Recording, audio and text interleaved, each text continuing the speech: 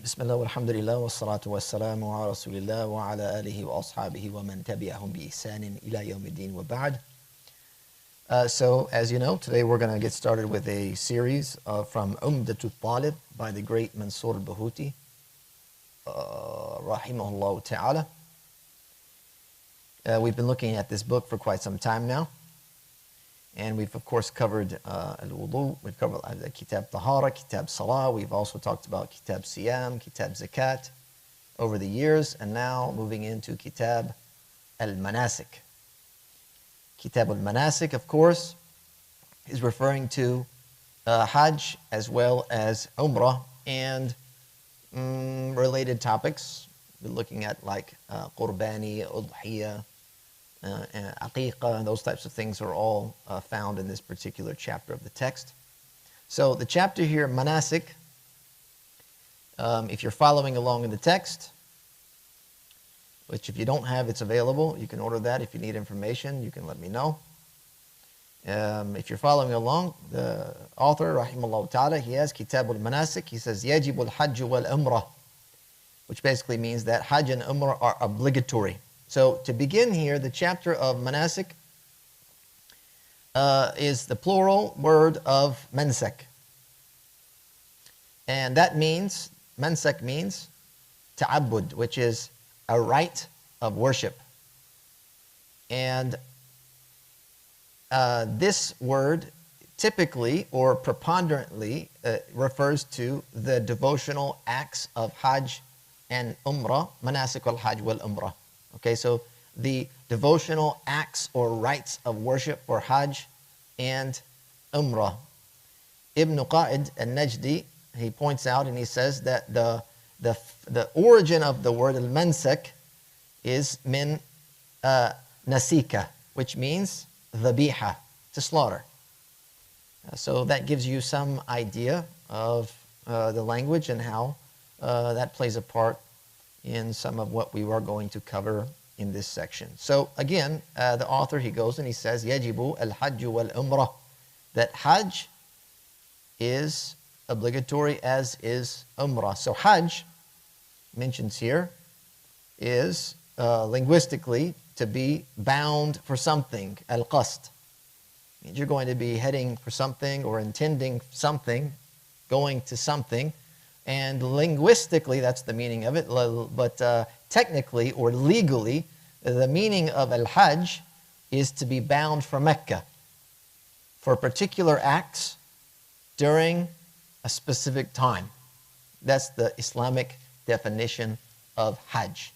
To be bound for Mecca, meaning you're going to go to Mecca in order to perform particular acts, and we're going to talk about the details of what those acts are in a particular time, and tonight we're going to talk about that in brief, what that particular time is. And then, of course, he says, well, Umrah. Umrah means az-ziyarah, which is to visit. That's the linguistic meaning of it, and the technical, legal meaning of it is ziyaratul bayt, which is to visit the house, ala wajhin makhsus, basically to visit the house in a very specific manner.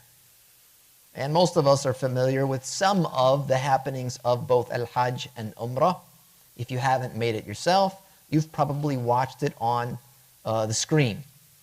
We know there's a tawaf involved. We know that there's a sa'i involved. We know that there's jamarat that you throw stones at. We know about Mina. We know about Muzdalifah. We know that there's an animal that's going to be slaughtered. And then there's a bunch of details in between and the order and all of the possibilities that could happen or not happen or go right or go wrong and how you're going to manage all of that. Hopefully we'll talk a little bit about each of those things as we progress in the series here. So of course he says, يَجِبُ الْحَجُّ وَالْأُمْرَةِ, that it is obligatory, both Hajj and Umrah. They are obligatory. And their obligatory nature is based on the verse of the Quran, Surah Al-Baqarah, verse number 196, when Allah says, وَأَتِمُّ الْحَجَّ وَالْأُمْرَةَ لِلَّهِ, which means, and complete Hajj and Umrah for Allah. Again, Surah Al-Baqarah, verse number 196. There's also a hadith related by Aisha radiallahu anha, and it was said, Ya Rasulullah, هل على النساء من jihad? She's asking, O Messenger of Allah, do women have to perform jihad? Okay, don't be scared of the J word. That's what it says. على النساء من الجهاد. She says, do the women have to perform a jihad? He says, نعم عليهن جهاد لا قتال فيه. He says, yes, they have to perform a jihad which does not involve fighting. And what is that? He says, al-Hajj wal-Umrah. Both the Hajj and the Umrah. So you find this reported by Imam Ahmad ibn Majah with an authentic chain of narration. So he notes here, Ibn Qadi says, إِذَا ثَبَتَ ذَلِكَ فِي النِّسَاء, that if this is the case for women, that Hajj and Umrah are obligatory for women, then it is, therefore, even more so for men. All right, he says, فَالرِّجَالُ أَوْلَى. Right, if the women are obliged to do this, then the men are certainly obliged to do so without doubt. So this gives you a basic idea of the ruling, the basic ruling of Hajj and Umrah. We know that Hajj is one of the 5 pillars of Islam. It's very well known.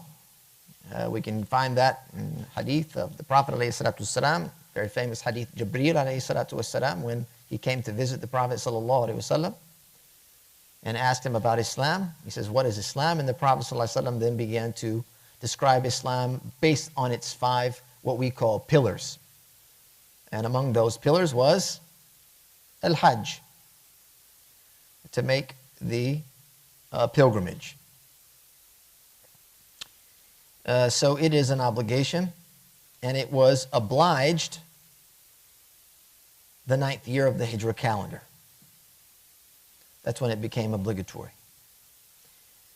It is also considered a communal obligation, right? So we understand the nature of an obligation can either be fardu ayn, which is an individual obligation, such that if you are obliged to perform it, fardu ayn, you're obliged yourself, meaning no one else can do it for you. Like salah is fardu ayn. You have to pray. Someone else can't pray for you. Or if someone else prays for themselves, it does not remove the obligation upon you. You say, well, so long as somebody's praying, then the obligation of prayer has been fulfilled. So there's a fardu ayn that we're going to talk about. And then Hajj is also fardu kifaya kulla amin ala man la yajibu alayhi aynan. He says here, to distinguish the 2 types, that it is also a communal obligation for whoever is not individually obliged, because they have already completed their obligatory Hajj. So we're going to try to understand this a little bit. And the reason why we're going to understand this is because it has a direct impact on the reward of your Hajj. Understanding that, the most rewarding deeds to Allah are the obligations. And then the recommendations and the voluntary acts. So you might be concerned, especially for an act of worship of this type. It is a tremendous undertaking, which often requires us to sacrifice, in particular our time, a chunk of our wealth, as well as our time, and then, of course, the energy that's spent going and coming and performing the rites and rituals. So it would be of concern for anyone to know what's the nature of the reward for this particular pillar of Islam. Sure.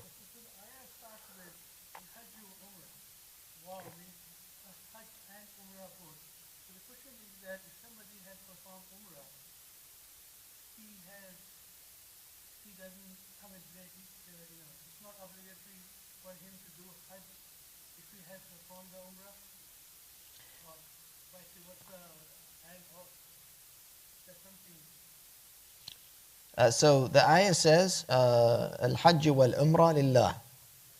Right, that Hajj and Umrah are for Allah. This is an indication of its obligatory nature for both. Yes, so Hajj is obligatory as well as Umrah is obligatory. One would not suffice the other. So if you make Hajj, you still have to make Umrah. If you've made Umrah, you still have to make Hajj. Clear? Okay, good. Okay, so here we're talking about the obligatory nature being either fardu ayn or fardu kifaya based on the situation. And this has been mentioned by a number of scholars in their works. Al-Adab al-Kubra and al-Ri'aya mention this, and there is some debate in terms of what the ruling is. However, Ibn Qa'idi expounds upon this, and we're going to give you just a general summary. Basically, it's considered a communal obligation for whoever is not individually obliged because they've already completed their Hajj. And this is because they are generally included in the communal obligation. Hajj has to be performed every year. There has to be a Hajj that's performed every year. So, if no one is going to do it, someone has to do it even if they have already done it. They would be obliged to do so. So a person could go even if they've done it, and they could fulfill a communal obligation. He says basically that one should intend to make Hajj every year if no one else goes. It's also considered a personal recommendation, and so it is recommended to intend to make Hajj if capable. So you have two different things stacked on top of each other. If you've already made Hajj and fulfilled your obligation, then it's recommended for you to go. But there's also the communal obligation aspect of it, that if no one else goes, you're going to go in order to fulfill that communal obligation if you're capable of doing so. Essentially, basically, or we should say if one were to make Hajj as a voluntary act, if they made it as a voluntary act and went to fulfill the communal obligation, they would be rewarded for fulfilling that obligation, which is greater than a voluntary act's reward, as I highlighted previously. The most rewarding or beloved deeds to Allah subhanahu wa ta'ala are the obligations. And so even if you already made Hajj, if you're going to fulfill the communal obligation of Hajj being performed, then in that case, the reward of it would be the reward of an obligation being fulfilled. And so it would be greater than fulfilling a mere voluntary Hajj. Imam Bahuti says, Marra fil Umr. Meaning, if we go back and look at his opening words, Yajibu al-Hajj wal-Umrah, Marratan fil Umr. Basically, that means that Hajj and Umrah are obligatory once in a lifetime. And this is based on the Prophet ﷺ saying Hajj is to be performed once, and whoever does more is a volunteer. He says, Hajj marra, faman zada, fahuwa mutatawwi'un. Right, one time to be performed, and whoever does more than that, they're a volunteer, meaning they're performing Hajj voluntarily after that initial completion of their obligatory Hajj. And the obligatory Hajj is often referred to as the Hajj of Islam. That's the obligatory Hajj, the Hajj of Islam. There could be another obligatory Hajj, which would be Hajj al-Nadhr, which is when someone took an oath and they had to fulfill that oath. It would be an obligation upon them to do so.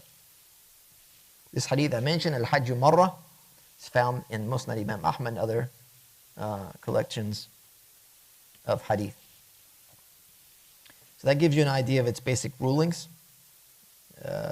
depending on the scenario, the context of the individual, and then of course the community at large. He goes on, he says, على مسلم حر مكلف مستطيع. Here we're talking about some of the conditions. It's an obligation. Who's obliged? And this is where we drill down to the individual level. Who has to go? It's obligatory upon the free, capable Muslim of legal capacity. So here, على مسلم حر, all right, we have Muslim, free, mukallaf. This is legal capacity. We've talked about what that means. Basically, you are of sound mind and you have reached the age of puberty.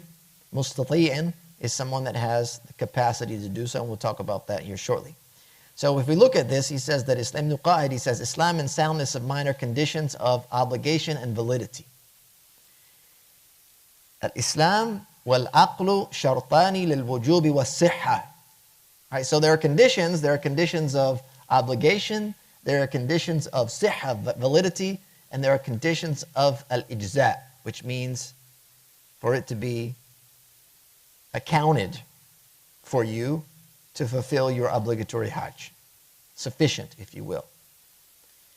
So here if we say that Islam and soundness of mind are conditions of obligatory invalidity, then that means if you're not Muslim, it's not going to be valid for you to go make a Hajj.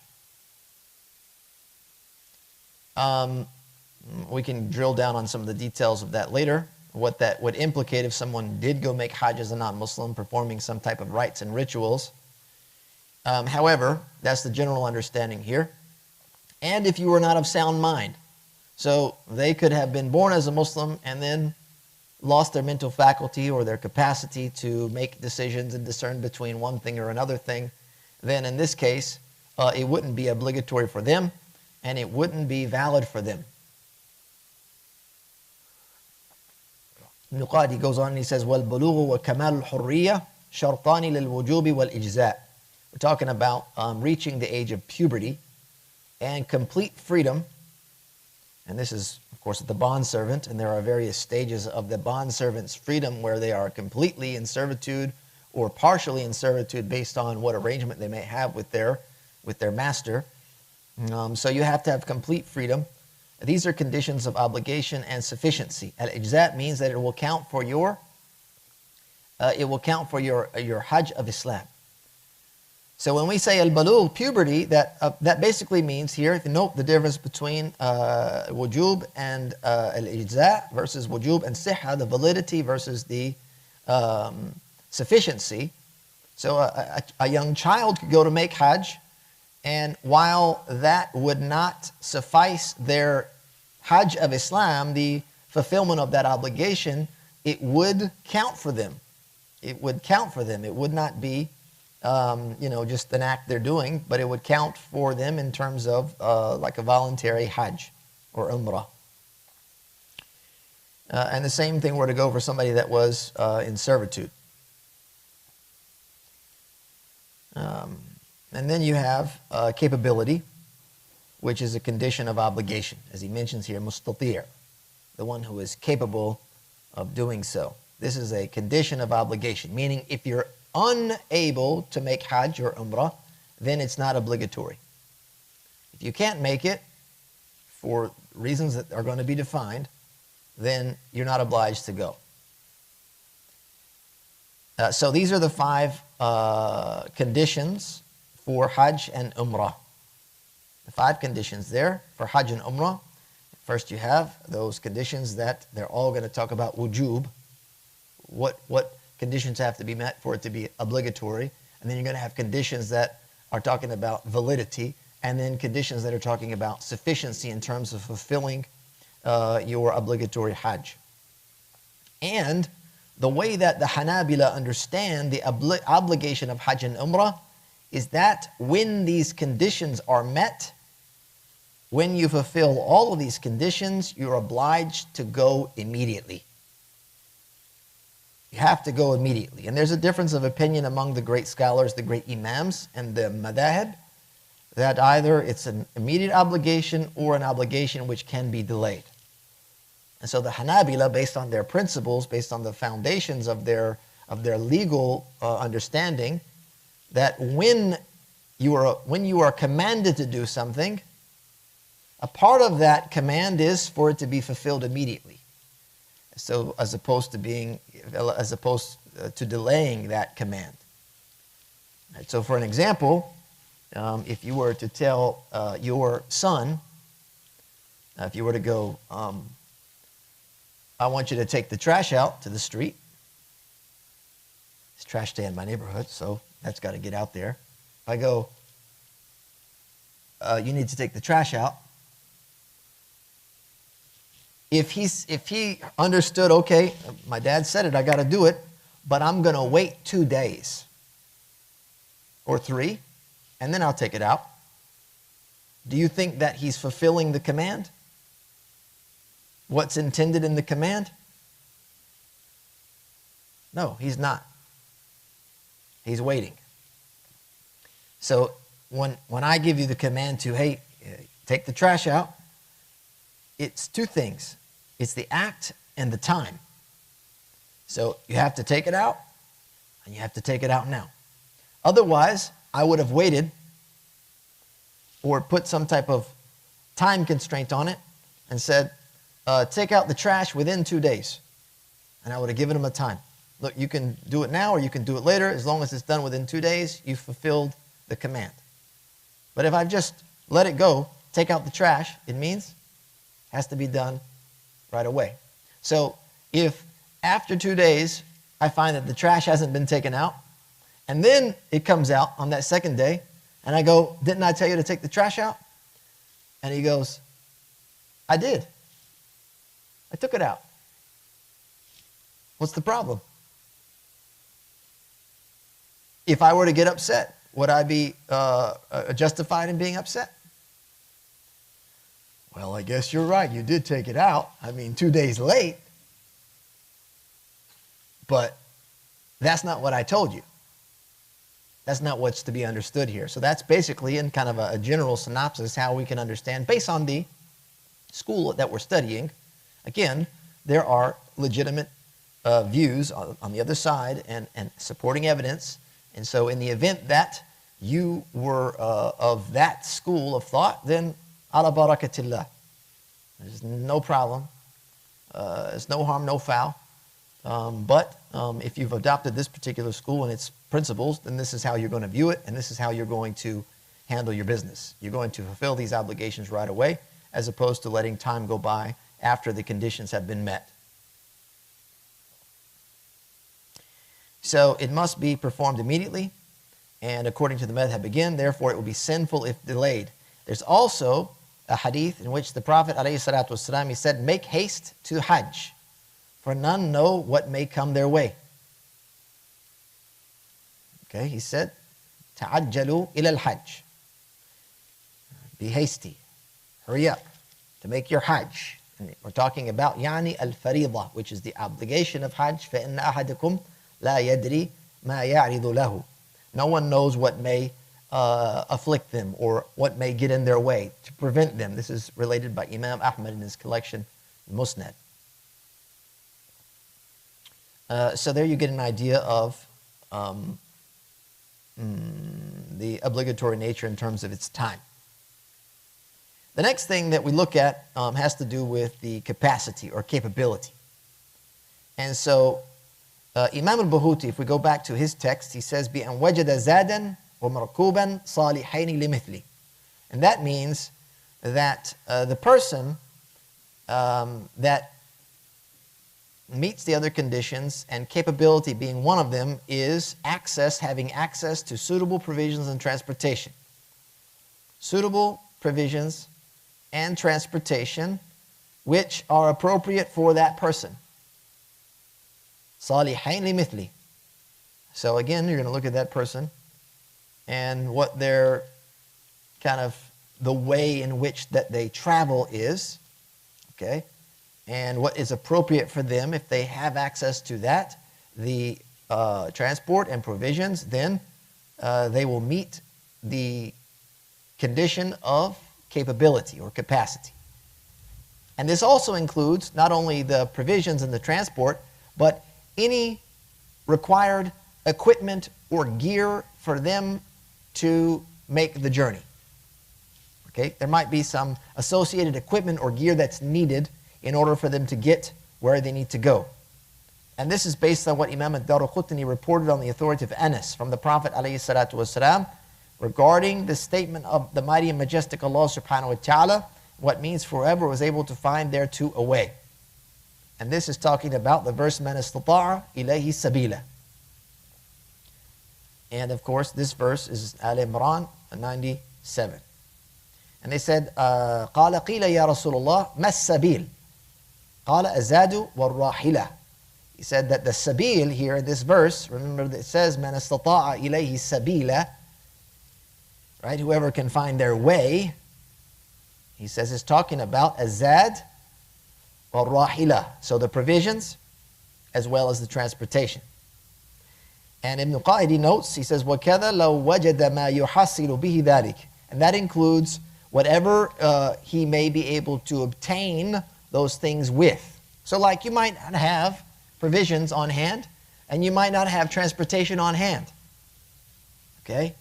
Meaning, if you're here, you might not own an airplane or a ship. Okay? Or a teleport machine. That would be nice. You might not have those things.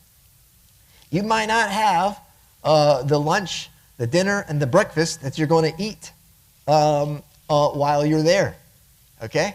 You might not be carrying animals with you to slaughter and cook along the route. But you do have the cash.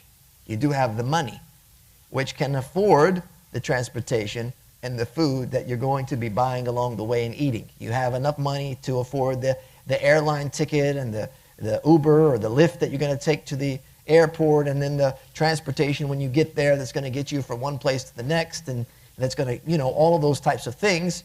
You got the money to buy the suitcases that you need to take with you, and the clothes that you need to have, and the phone card that you need to buy in order to communicate. All the things that you would require for your journey, you might have the money, though you don't possess those things. And because you can afford to purchase those things, then you have the capacity. Okay? So you can't say, well, I don't own an airline, so I don't have the capacity. I can't get across the ocean. I don't have a ship that I could sail across the seas to make Hajj, so I'm not going to go it, though I've been stacking the paper, and I got enough of that to make my way. All right, so that's basically what he's saying here, is that if you could afford to get those items, then it's as if you have those items. And this is in excess, and this is what Imam Bahuti says, بَعْدَمَا يَحْتَاجُهُ لِنَفْسِ وَعِيَالِهِ وَقَضَاءِ دَيْنِهِ. Basically, and what we're talking about in terms of your provisions and your transport and the various different things that are needed, equipment and gear, etc. This is in addition to or in excess of what is required for yourself and your family. So you have to think about the expenses, your expenses to maintain your life while you're taking the journey. So you're not going to bankrupt yourself and stop and render your life void in order to make that trip. You got to think about, for example, he says basically the things of religious obligations and necessities, like books of knowledge. That's the religious books of knowledge. We're not talking about SAT prep and coding books and those types of things. While those might be great, we're talking about books of religious knowledge. We're talking about having the money in order to secure your home while you're gone, whether you're making payments on a home through rent or purchase, whether you have the help that your family requires, the clothes that are required for you or your family when you're gone, etc. Those types of things are all necessary when you're gone, and you have to account for all of those expenses. And then you look at what's excess to that, and you say, okay, while I'm gone, there's a house payment. While I'm gone, there's an electricity payment. While I'm gone, there's a telephone bill. While I'm gone, there's a auto insurance. If I don't, all of these will default, and when I come back, they'll be void. Then if I'm leaving family behind, there's going to be a grocery bill, and there's going to be transportation bills, and there's going to be et cetera, et cetera, et cetera. So you look at all that stuff and you say, this is the budget while I'm gone. Are we good? We've covered. Now, how much is it going to cost for me to get over there? And the food that I'm going to need, and the hotel stay, and then you budget accordingly. All right, so if you were to look at everything first, what's required for the trip, and you go, well, I can afford it, but I'm going to not have to, I can't pay my rent when I'm gone. I can't pay my electric bill when I'm gone. I can't pay my insurance bill when I'm gone. I can't pay these things. Then you say, I don't have the budget. I don't have the budget. And then he also talks about the liabilities. He says, and has paid all liabilities. Like if you've taken a loan, which is a liability, that's what a dain is. It's a liability. Okay? All types of liabilities, be they short or long-term loans. Either it's something that's due to Allah, meaning you owe something by way of Allah subhanahu wa ta'ala, in terms of you've been obliged to give zakat, or you've been obliged to pay sadaqah that you've made an oath for, something of that nature. That has to be paid off first. Or there's a loan that you have to pay someone else. You've taken money from someone else and you owe them, whether it's a short-term loan or a long-term loan. So you have to fulfill those debts before you make your Hajj, unless permission's given or it's understood. All right, so those things could get in your way. And that's how you would calculate those expenses. Another consideration to be given, it's mentioned by Ibn Qaid, in terms of defining what is capacity or capability. He says, safety of the route without the requirement of escort, meaning you don't need a security team. The way is safe without you needing a security team to get you from point A to point B. So if the route is unsafe, then this condition hasn't been fulfilled. Also, the presence of water and feed. So we're talking about al-ma' wal-alaf, ala al-mu'tad. And here we're discussing kind of like what you would need if you were riding on an animal. If you're going by horse or camel or whatever, then you would also require the provisions for that animal for you to get there. That's like your transportation. Like, is there a place to fuel up? Are we going to be able to fuel up along the way? I got the car, it's full tank, I got 350 miles, there's no gas station. I'm not going to make it. 350 miles, I'm going to run out, and there's not another gas station for more. It's not possible. So that gets in the way of your ability to go. And this basis is, of course, is based on what's prevalent, what's normal. And then, of course, you need enough time to travel the route. You have to have enough time in order for you to make it to your destination. So, an example of this, what does this mean practically? That means that Hajj is approaching, okay? And as of right now, let's say, think about practicalities here. Let's say we're 20 days out from Hajj. And as of right now, 20 days, I don't meet all the conditions. Maybe I don't have the capacity to go. I can't afford to go. 20 days out. A couple days go by, and I come across money. Maybe I was given a bonus, I was given a raise, I was given a gift, I inherited wealth. Something happened where now I have the financial means to go. And now we're 15 days out from Hajj. And I go, all right, I got the stuff, I'm ready. Let me check out what's happening with the Hajj packages and the ability to do this, bookings and all that. And they go, booked. Hajj is closed. No flights, no visas, no trips. It's over. So now, while you have the ability, what do you lack? The time. Time frame has closed on you. So you don't have the capacity to go. And I say that because now we're talking about the nature of that obligation being fulfilled immediately. And so immediately would mean now, but we're considering the time not being enough. And so it's not a sin, even if you were capable of doing it that year, because there was not enough time for you to do it. You're not going to be held accountable for not making it. So that's another thing to consider. All right, he goes on, Imam Bahuti rahimahullah ta'ala, he says, وَيَصِحُّ مِنْ صَغِيرٍ. He says that it is valid from a young person. And what he's talking about is وَيَصِحُّ فِعْلُ حَجٍّ وَعُمْرَةٍ. That the performance of Hajj and Umrah are valid min صَغِيرٍ نَفْلًا. That it's valid for a young person as a voluntary act of worship. And we discussed or alluded to that earlier. And this is based on a hadith of Ibn Abbas.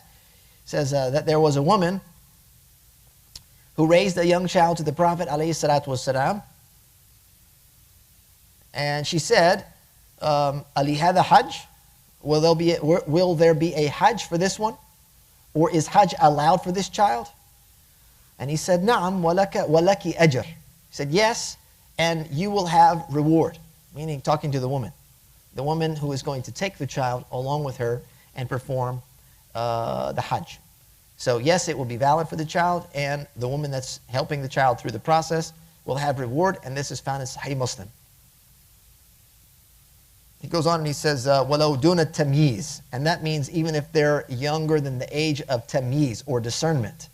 And the age of discernment, according to the madhab, is 7 years. Age of discernment is 7 years. So a child less than 7 years, 7 years from the Hijra calendar, by the way, all of the ages in Islam are to be calculated based on the Hijra calendar and not the Gregorian calendar that we may follow in our day-to-day activities, right? So when and that's important because some things are attached to age. So when you're going to start wearing hijab, for example, or if you don't have any signs of puberty, then 15 years of age, then that you've maxed out. Even if there's no physical sign of puberty, you're considered pubescent at 15. So you have to consider that. And tamyiz here, which is important in many things, which is the age of 7, according to the madhab. So here, even if they are younger than 7 years of age, it says on behalf of whom the guardian, basically the guardian here is the person that manages their wealth, makes the intention for them even if they have not made Hajj or are in Ihram. So because they're under the age of Tamyiz 7, then there's no intention here that they can make that age. The intention is غير معتبرة. It's not valid, or it's not considered to be a real intention. The intention will be made on behalf of them by their guardian, and the guardian would take them along the way. He says that the discerning here, let's see, وَمُمَيِّزٌ بِإِذْنِهِ. He says, تُحْرِمُ عَنْهُ وَلِيُّهُ, and that is the guardian is going to make ihram on their behalf, make the intention. وَمُمَيِّزٌ بِإِذْنِهِ. And the mumayyiz, that's the child who's 7 years of age, or lesser than puberty, so 7 to puberty is considered mumayyiz. They will make the intention or ihram with their guardian's permission. They will take their guardian's permission to do so. And then, he says, وَيَفْعَلُ وَلِيٌّ مَا يَعْجَزُهُ. Then the wali will, يُعْجِزُهُ, will perform whatever the mumayyiz child is unable to do themselves. So it's kind of like a teamwork situation. They will perform whatever they cannot do. And that means like throwing the stones at the jamara. If the child is unable to throw the stones, then the guardian will throw stones on their behalf after they have performed the stoning for themselves. So the guardian's there, they're going to stone the jamarat, and then they're going to throw the stones for that young child that they're helping out along the way. So here, this noted that stoning of a non-pilgrim will not suffice. So that means that the child can't be accompanied by somebody who's not also making Hajj in order to throw these stones. In this case, they need somebody with them who's a pilgrim, making Hajj, and is going to throw the stones for them. They make tawaf with them due to inability, either riding or while being carried. And here, there's a difference here. The one making tawaf for them must intend as such to make tawaf, but is not required to have made tawaf for themselves or be in a state of ihram. All right, so there's a difference between the stoning part. We can see they have to be in ihram. They have to have made the stoning of the jamarat themselves, and then they will act on behalf of the young child. But tawaf, it's not the case. They don't have to have made tawaf, and they don't have to be making Hajj. They don't have to be in ihram. And that's why you might see someone who has employed another person helping them, like push the wheelchair. Or back in the day, they would put them on a board, and they would carry them around, and the people that were carrying them were not making Hajj. They weren't even making tawaf themselves. They were just employed to carry them around. And so that was a valid tawaf for the person that was being transported and carried around. And he says, because there's nothing preventing them here, basically we're talking about وَمِنْ رَقِيقٍ, we're talking about the bondservant. There's nothing that would prevent them. The bondservant is also permitted to make Hajj and Umrah as a voluntary act. وَإِنْ بَلَغَ أَوْ عَتَقَ بِعَرَفَةٍ وَلَمْ يَكُنْ سَعَى لِلْحَجِّ أَجْزَأَ فَرْضًا. So this is another important point to note here. Okay, he says, if they reach puberty or are manumitted, meaning if the young child reaches puberty, or the bondservant is set free while in ihram, for Hajj at Arafah. Arafah is like a line which when you cross it, it's done. Once you've crossed it, then whatever has happened, and that's it. There's no going back. There's no redoing. If you can make it to Arafah, the Prophet ﷺ, he says, Al-Hajju Arafah, that Hajj is Arafah, meaning that this is a large part of it, almost like the essence of Hajj is Arafah. So here, this further shows that nature of Arafah and how important it is or significant it is. He says here that if they reach puberty or are manumitted while in ihram for Hajj at Arafah, and this can be either before moving on or after moving on, so long as they return back to Arafah during the prescribed period of the standing there at Arafah. So you may leave early. A person may be there and they leave a little early, and they begin to go on to the next place. Okay? And then they could potentially come back so long as the time hasn't expired. And so why this is important is because if you have a child that is mumayyiz, under puberty, and then all of a sudden they're at Arafah and they reach puberty, because that's how it is, right? Like a wet dream, for example. The first time a kid experiences that, guess what? Ala barakatillah. You're a man now, habibi. Right? You become a pubescent male.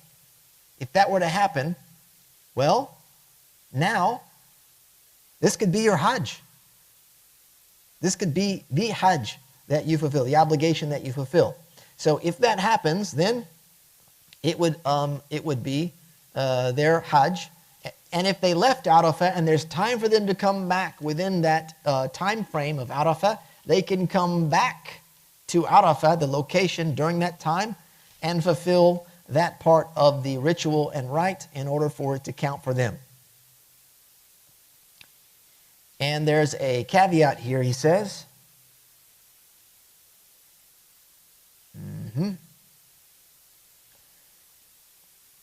And this, of course, is they have not made sa'i for Hajj.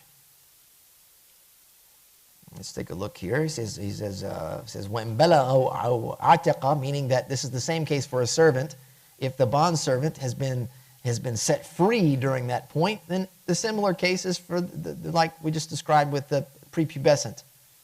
Right? If they get set free during that time, then now this can be their Hajj of Islam. He says, "Ma lam yakun sa'a lil Hajj," so long as they haven't made the sa'i of Hajj. And they could have made the sa'i after the arrival tawaf al-qudum. So when they come into Mecca, they make tawaf al-qudum, and then it's permitted for them to make the sa'i of Hajj after that. Basically, it's like they're pulling it ahead, advancing that sa'i of Hajj, so that they don't have to do it later. But if they already did that, then this rule doesn't apply. This rule wouldn't apply. So long as they haven't made the sa'i for Hajj, then in this case, it would suffice them as their obligation. And the same thing applies to one in ihram for umrah before they begin tawaf. In this case, both here, they will count for the obligatory Hajj and umrah of Islam. So a person is making umrah, and then either they reach puberty before they begin tawaf, or if they were a bondservant, we're talking theoretically now, to my knowledge that doesn't exist.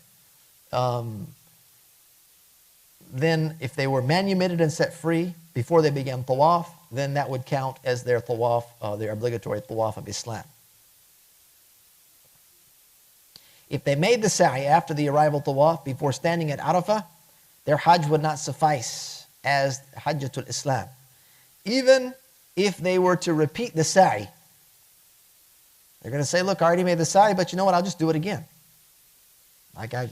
Whatever happened, it became pubescent. Now I'm going to be at Arafah. Now I'm going to make the sa'i again. That way I can fulfill all the obligations in the state of being pubescent or being free. And the reason that it will not suffice to repeat it is because it's not permitted to exceed the prescribed number for sa'i. Sa'i has a number. How many times can you do it? It's fixed. You can't now go doing more of them, like redoing them. You already did them, it's done. You don't just do unlimited number of this sa'i. You can't exceed its prescribed number. Unlike standing at Arafah. Because a person may say, well, if they left Arafah, well, then why could they come back to Arafah? And that's because Arafah doesn't have a defined limit in terms of number. It's just standing. You just have to be there at Arafah. You just have to be there during this period of this window of time. It doesn't say be there one time or be there 2 times or be there 3 times. It's just an undefined, unrestricted limit. And the legislation of being there is continuous, meaning for the entire duration of that window. So that means if you were to leave and come back, you would have still met the qualifications and the parameters of that standing at Arafah.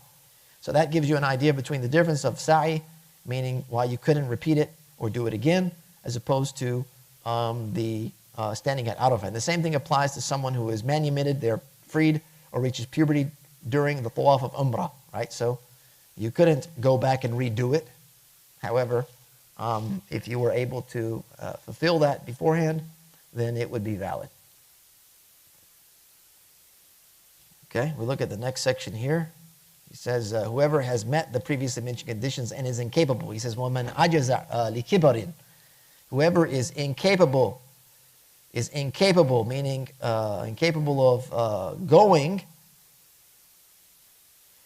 And of course, this is without extreme difficulty.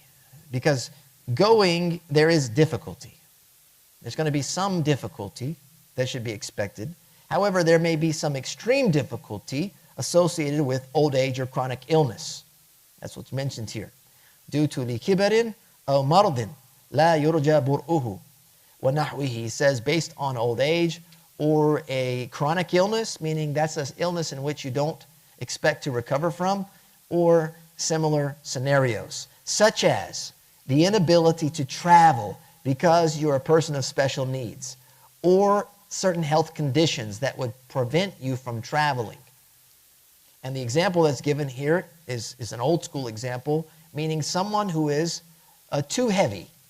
They're so overweight that they cannot mount the animal that they're going to travel upon. Or there's something wrong with their physical being that they can't properly sit on an animal for the duration of the trip properly. Right? It would cause some type of extreme difficulty for them. Like, it's too big to even get up on the camel or the horse or the donkey they were riding. Couldn't even get up. And if I got up and got down, I couldn't get back up. Like, people helped me on my way out of town, but then when I had to stop, there was no one around. I can't get back up. So those are some of the examples that are provided here in terms of this incapacity due to old age or chronic illness. And so those things would be lumped in like having a chronic illness.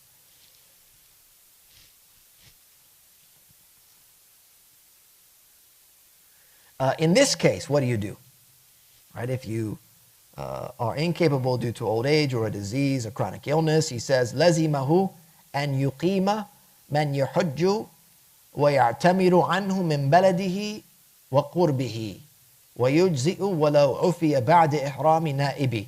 So here he says that it is required to sponsor. This is an immediate requirement, by the way, much like the fulfillment of the immediate obligation. He is immediately required to sponsor whoever can perform Hajj and Umrah for them from their land and nearby region. Immediately required to find someone and sponsor them for Hajj and Umrah from their land and nearby region.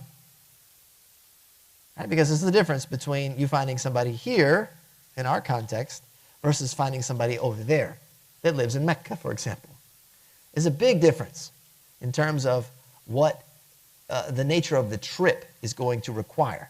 So you will find someone to sponsor which they meet the conditions of obligation, the distance of which should not exceed that which permits the shortening and combining of prayers. That's your kind of search field. Where am I going to find a proxy? That's what it's called, Hajj by proxy. Where am I going to find my proxy? Well, I'm going to look in my region and not exceed the distance which permits me to shorten and combine my prayers. That's where I'm going to find a proxy.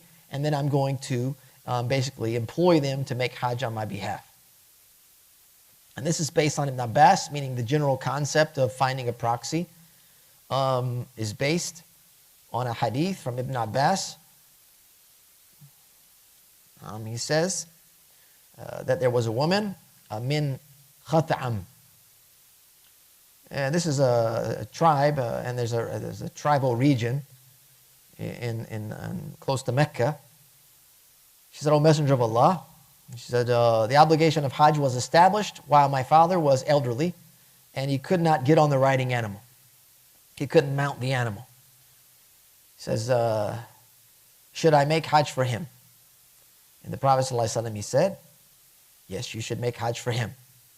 So here gives you an idea of finding a proxy or sponsoring someone to go. This hadith is muttafaqun alayh. So you can find it in Sahih Bukhari and Sahih Muslim. And in this case, when you find a proxy, sponsor somebody, meeting those conditions we just mentioned, يُجْزِئُ وَلَوْ عُفِيَ بَعْدِ إِحْرَامِ نَائِبِ, that it will suffice for the Hajj and Umrah, it will suffice them. Meaning the one who has appointed the proxy and sponsored the trip, even if they are cured after their proxy has entered Ihram, regardless if they completed the rites and rituals or not. So in the event that all of a sudden, it just happened that I'm doing well, I'm doing better. And my proxy's now in the process of making Hajj. They made Ihram and now they're going. They're underway. So what do I do? Have I lost? I've already sent them, I've already paid, they're already, no. In this case, you've fulfilled your obligation. You have produced what has been commanded. And so this would count for your Hajj. Both Hajj and Umrah are voided if they're unable to find a proxy.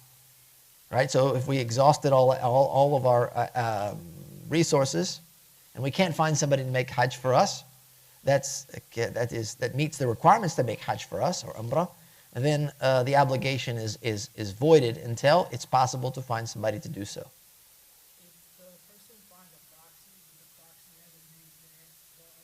They haven't fulfilled their obligation. That would be one of the conditions they would have to meet in order to do so.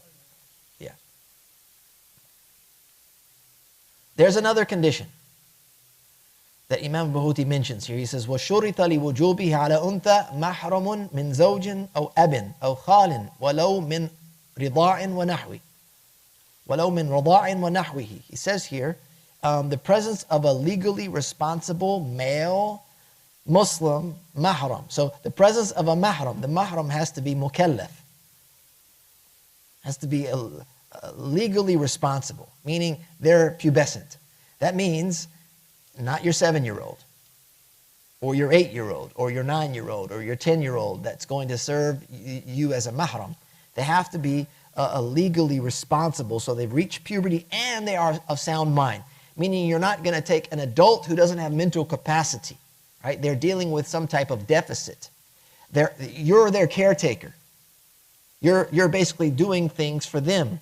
They are in a grown man's body. However, due to those deficits, they're unable to function in that capacity.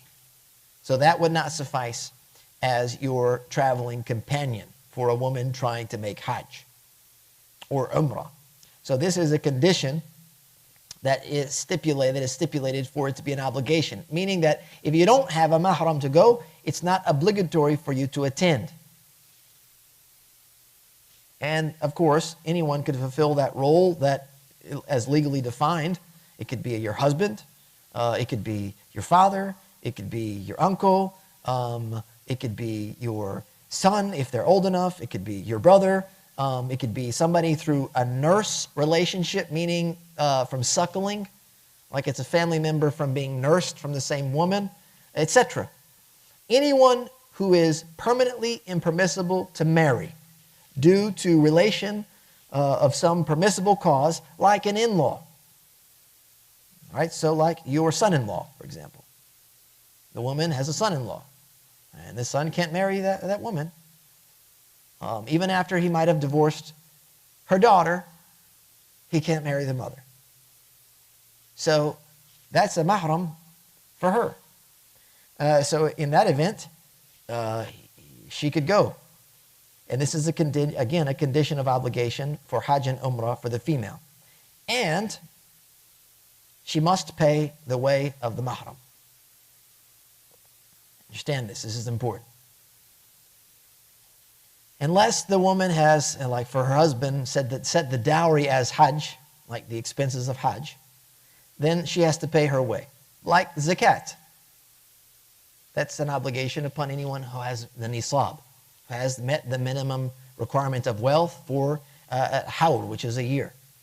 So if a woman has money that zakat is due on, she can't go, sweetheart, I owe a couple grand in zakat, so Bismillah. I don't want us to pay, you pay. It's not his duty to pay your zakat. Hajj is not his duty to pay for your Hajj. It's your Hajj, and you have to own that Hajj. Okay, so it is a requirement for you to have a mahram, and especially if it's not, he's already made Hajj, he's not required to go, he's not obliged to go, then he doesn't have to spend the money to go. And of course we understand the basic principle that whatever is required to fulfill an obligation is in and of itself an obligation. So here, this means that if the woman has to have a mahram, and the mahram is not can't afford to or refuses to pay for themselves to go on the journey in order to take you, then that expense has to be considered when making your budget. As a female, you have to say, okay, do I have the ability to go financially? Well, I could afford myself, but I require the mahram, and I can't yet afford the expense of the mahram, so in that case, I can't go, because I can't have the mahram. So now you got to wait, and you have to have enough money in order to pay for yourself and your mahram to travel to make the journey. The condition of provision and transportation for her also includes both her as well as the mahram. So not only is it just the act of going, but now it means also his transportation and his food as well, meaning like the trip's on her dime. Because he's not obliged to travel with her, she has to be the one that's going to pay. So that's something to be considered in terms of determining whether or not Hajj is obligatory for you as a woman in the first place. Without the mahram, if a woman were to make Hajj without the mahram. Now look, again, we're talking about the madhab and what is the official position of the madhab when it comes to the mahram for a woman in Hajj. You may find another view that says she can go. She doesn't require the mahram. She may go in a party, a travel party. The road may be safe for her to travel. That's another viewpoint. We're not debating that viewpoint here. If that was a valid viewpoint, then, and that's what they adopted, ala barakatillah, enjoy your Hajj and your Umrah, right? But for our intents and purposes here, we're talking about this being a condition of obligation, and also the nature of that. If the woman were to go, he says, وَحَرُمَ سَفَرُهَا بِدُونِهِ, that it's impermissible for her to travel without the mahram. Right? It's impermissible for her to travel without the mahram. So without the mahram, which she is supposed to commission, her travel will be impermissible. And this is based on a hadith. The Prophet ﷺ, he says, لا تسافر امرأة إلا مع محرم, that the woman is not to travel without a mahram. She's not to travel without a mahram. He also went on, he says, nor is a man to be with her except in the company of a mahram. This is collected by Imam Ahmad, authentic chain of narration. And there's no difference. They don't make a distinction here between a young woman, a shabba, she's like a young lady, and ajuz, an old woman. They don't distinguish between the two. They say, oh yeah, you're older now, meaning you're not of marriageable age. It's reality. That now you can travel by yourself. They don't distinguish between the two. They say there's a general rule applied to all of the ladies, young or old alike. And it also doesn't distinguish between the distance of travel. So you can have what is considered safar qasir, like a short travel, and then you have a safar tawil, like a long journey. They don't distinguish between those two either. Now, if she was to go make Hajj without a mahram, it would be sinful We talked about the nature of travel without a mahram in the madhab. However, it would suffice her hajj. She made it, the travel was sinful, but her completion of the hajj will count for her. Right, so that's something to also keep in mind. You did a good thing, just the way you went about it, it wasn't the right way. In this case, if the woman is unable to produce a mahram or to commission a mahram to go with her, istanabat, he says, then she can find a proxy. She's unable to go, she's going to appoint a proxy. So there you go. She says, look, I got the money, I just don't got the money for the other person. I can't foresee myself being able to afford this. I'm going to just get a proxy to go on my behalf. And the proxy is going to go so long as they meet the conditions, and they're going to make the hajj or the umrah on your behalf, and inshallah ta'ala it will count for your hajj. Okay, he says, وَإِن مَاتَ مَنْ لَزِمَهُ استُنِيبَ عَنْهُ مِنْ تَرِكَتِهِ. And then we move on to the next kind of subtopic here.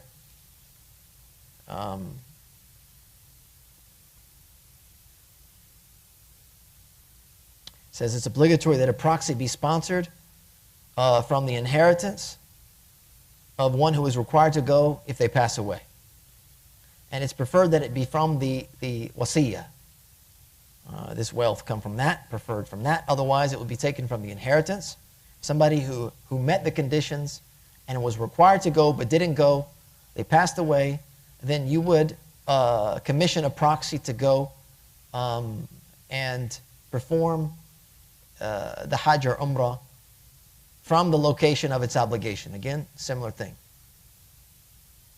And you would be making this up. So making up something is basically the same thing as fulfilling its initial obligation. So the person's obliged to go from here.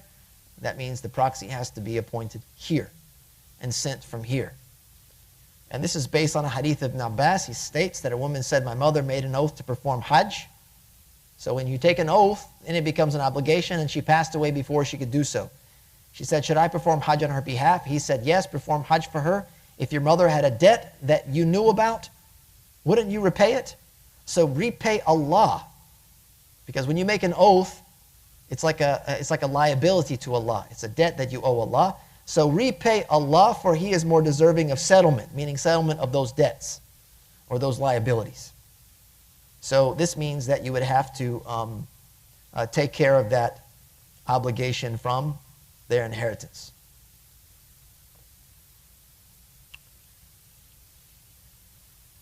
It's also noted here that the hajj, if made by a stranger, would suffice for someone that passed away. Someone could just pick up the obligation, a stranger they didn't know, and fulfill that obligation for you if they were feeling charitable. But a stranger could not just make hajj and umrah for you without you knowing, because you need to give them permission. There needs to be some type of intent involved here with the proxy and the one that is commissioning the proxy. If we're looking at using that money to fulfill the obligation, he notes that if there's not enough money to leave where the obligation is, then you will use money from where it will suffice. So maybe you have to move closer, send a closer proxy so the trip doesn't cost as much. If the pilgrim dies on the way, the proxy is to start from the place of their death. So here, in the event that they're making their hajj, they didn't get there all the way, they passed away, then you would employ somebody to fulfill that obligation for them. And that gives you a basic idea of the obligation of hajj and some of the specific scenarios that one might run into while trying to fulfill that particular obligation. And as you can see, this is kind of like an introduction, giving us some baseline understanding of the importance of fulfilling this obligation and how one would go about it through meeting the conditions, whether you are a Muslim male or a Muslim female. And so this is where we're going to wrap up this evening. And the next time we get together, we'll begin to look at the miqat, mawaqit, and then we'll talk about some of the mechanics, the how-tos, and the what-to-dos when you're going to start fulfilling those rites and rituals. Jazakallah khair. وصلى الله وسلم